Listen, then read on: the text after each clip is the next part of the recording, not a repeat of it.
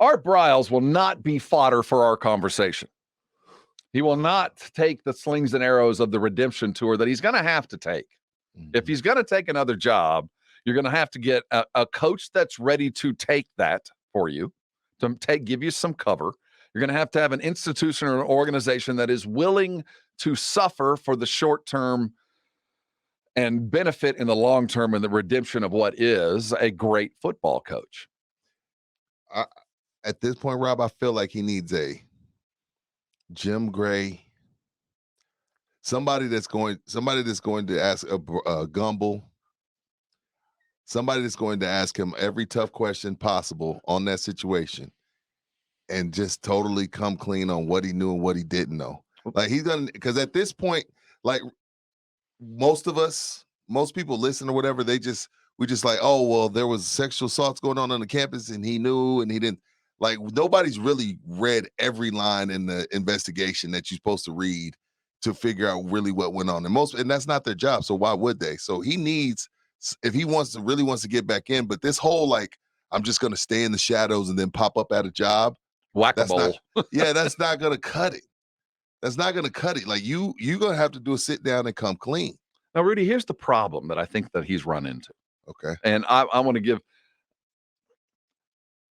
James Pledge brought this up when we were talking about this earlier, that because of the way that this was handled by Baylor, okay, because they're a private institution and they don't have to tell us anything. They offered us their inside study that had been redacted. Mm-hmm. There's some non-disclosure agreements that he would violate. Okay, I thought so. I have a feeling that he's party to some agreements that preclude him from taking any responsibility or even speaking of the matter. Well, so he can't, by the way that the university, this is just my supposition, I don't know, because he has never really come out and given a full accounting as to why, how it happened.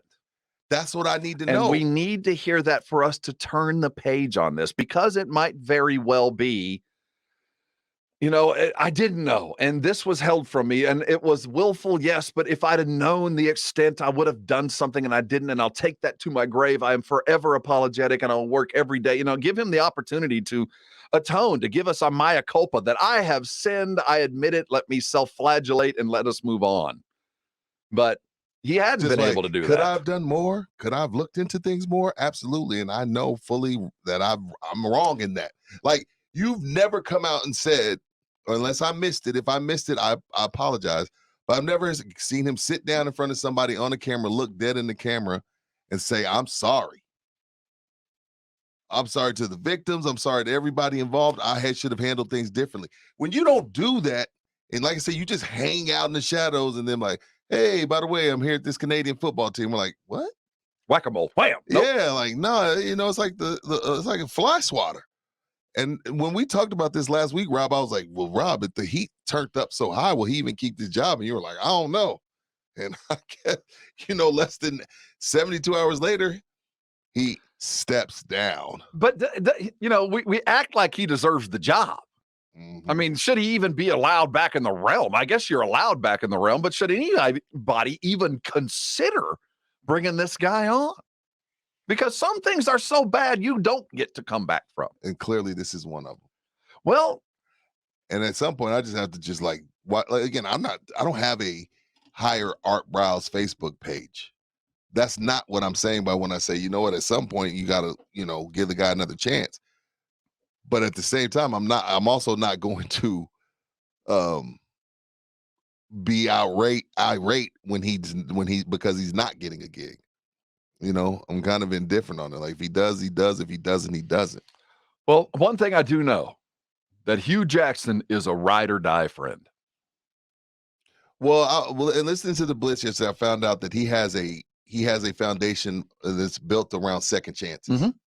So I'm guessing that's a big step for your foundation. He's a ride or die dude, though, man. That's a huge step for your foundation, because that's a different type of second chance. And consider the venue that Hugh Jackson chose to give our Briles another job. I mean, dude, of all the places in the country to hire a besmirched, a scarlet lettered coach to a historically black college that is supposed to be a springboard, a locale for those that ain't Art Briles in a lot of ways for Hugh Jackson to step out and offer him that gig. That is a ride or die do, good or bad or indifferent. Respect to the man who put on the armor to say, this is what we're going to try to do, and I got your lead there. But this is what I'll say. Grambling. Just give Doug Williams the job. Doug, just go take the job. Like, if you want to talk about who's hired and who's not, then go take the job. Oh, and while you're at it, why don't you step down from working for Daniel Snyder, Doug?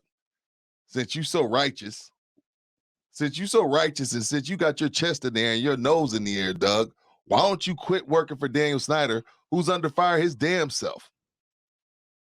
Mark the tape. Doug. To either take the job, you know what I mean? But why you sitting there on your throne with your nose in the air while you working for Daniel Snyder? And I'm not saying what Daniel Snyder's going through is to the extent of what happened on Baylor campus, but my mama told me a sin is a sin is a sin. Why don't you quit working for Daniel Snyder, buddy? Legend or not, you could get it.